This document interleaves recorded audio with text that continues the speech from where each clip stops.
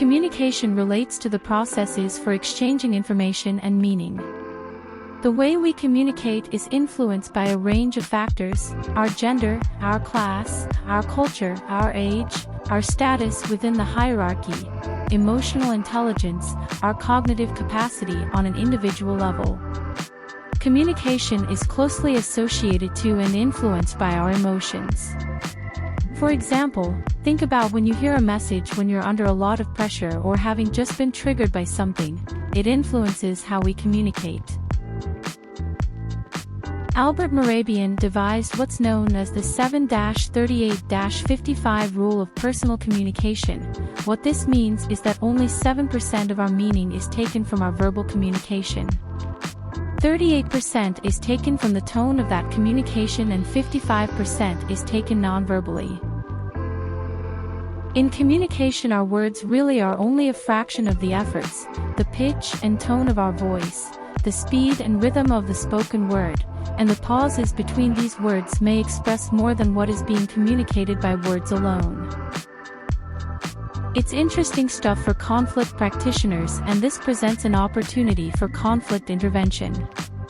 Activities which develop more understanding, self-awareness, and communication skills for the control of these messages that can be evoked when triggered or heightened. Considering the relationship between communication and conflict, it's notable that good communication is difficult.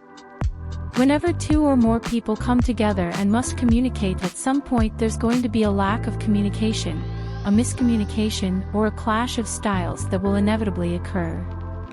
In particular for complex matters or when people feel strongly about an issue. Communication relies on sending a message in a way that the recipient will receive it as intended. Like values and emotions, there's this cyclical nature or this feedback loop associated with communication and conflict. That is, the more conflict occurs, the worse the communication will tend to become.